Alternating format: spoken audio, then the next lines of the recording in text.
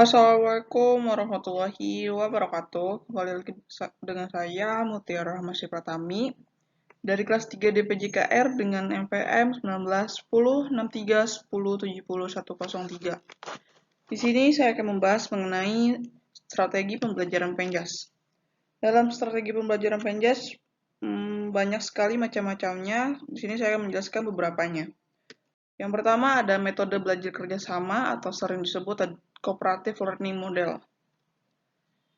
Menurut para ahli, salah satunya ada Davison dan Wortham, pembelajaran kooperatif adalah model pembelajaran yang mengelompokkan siswa untuk tujuan menciptakan pendekatan, pembelajaran yang beraktivitas yang mengintegrasi keterampilan sosial yang bermuatan akademik.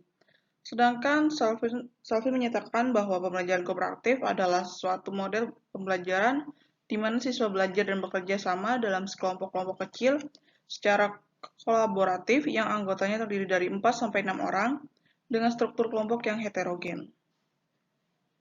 Dapat disimpulkan bahwa model pembelajaran kooperatif adalah model pembelajaran yang mengutamakan pembentukan kelompok yang bertujuan untuk menciptakan pendekatan pembelajaran yang efektif. Seperti itu.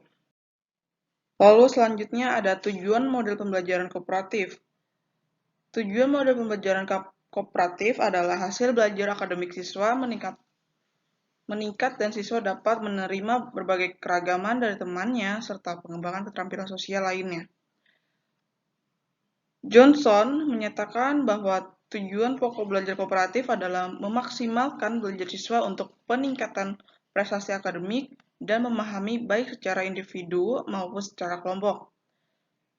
Lalu, Louis Sell dan Descartes juga menambahkan, karena siswa bekerja dalam satu tim, maka dengan sendirinya dapat memperbaiki hubungan di antara para siswa dari latar belakang, etnis, dan kemampuan mengembangkan keterampilan, proses, dan pemecahan masalah secara bersama.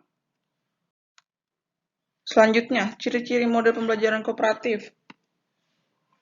Yang pertama itu ada siswa dalam kelompok bekerja sama menyelesaikan materi, belajar sesuai dengan kompetensi dasar yang akan dicapai. Lalu yang kedua, kelompok dibentuk secara heterogen. Lalu yang ketiga, ada penghargaan lebih diberikan kepada kelompok bukan kepada individu. Selanjutnya ada pengajaran interaktif. Pengajaran interaktif mempunyai makna guru memberitahukan, menunjukkan, atau mengarahkan sekelompok anak tentang apa yang diharuskan dilakukan. Lalu siswa melakukannya dan guru mengevaluasi seberapa baik hal itu dilakukan dan mengembangkan isi pelajaran lebih jauh. Guru di sini mengontrol proses pengajaran. Biasanya seluruh kelas bekerja pada tugas yang sama atau dalam rangka tugas yang sama.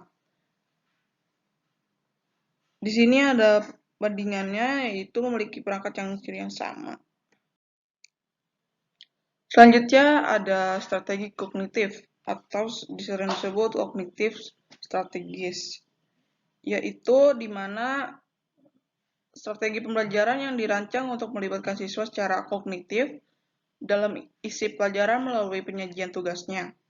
Strategi ini meliputi gaya pemecahan masalah, penemuan terbimbing, dan gaya lain yang memerlukan fungsi kognitif anak, seperti pembelajaran penuhan inquiry learning. Semua model ini menggambarkan pendekatan yang melibatkan siswa dalam merumuskan respons sendiri tanpa meniru apa yang sudah diperintahkan guru sebelumnya. Lalu, tingkatan keterlibatan siswa bervariasi sesuai dengan tingkatan respon kognitifnya. Ketika guru mengetengahkan masalah yang memerlukan jawaban benar yang tunggal, pemecahan masalah itu biasanya disebut convergent problem solving. Ketika masalah tersebut bersifat terbuka dan tidak memerlukan suatu jawaban terbaik, maka pemecahan masalah tersebut disebut divergent problem solving. Selanjutnya ada strategi pembelajaran sendiri atau self-interpersonal strategies, di mana program ini melibatkan siswa sendiri dan mengurangi peran guru sebagai penyampai informasi, di mana siswa lebih mencari informasi sendiri melalui media-media, melalui sumber-sumber informasi lainnya seperti yang ada di Google ataupun di buku, seperti itu. Lalu ada pengajar sesama teman atau peer teaching. Nah, ini tuh strategi di mana yang visual dengan siswa seperti itu. Di sini juga menjelaskan mengalihkan fungsi tanggung jawab guru dalam pengajaran. Seperti itu. Mungkin itu saja yang dapat saya sampaikan. Kurang lebihnya mohon maaf apabila banyak kesalahan karena saya masih tahap belajar. Saya akhiri, wassalamualaikum warahmatullahi wabarakatuh.